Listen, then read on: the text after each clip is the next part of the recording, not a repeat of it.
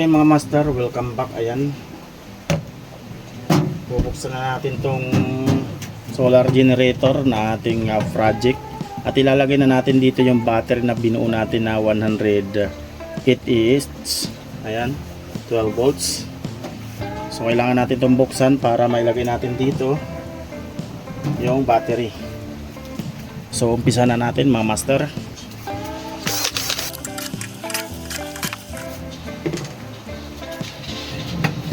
So yan. Yeah. Okay.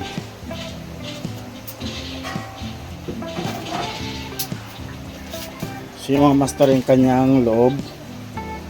Napakasolid na mga pyesa. Ayan.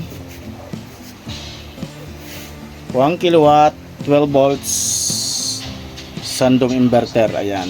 Pure sine wave. So yung kanyang mga capacitor, medyo malalaki mga master. At ito yung kanyang MPPT na 60 ampere. Ayan kanyang inductor. So ayan yung kanyang toroidal transformer.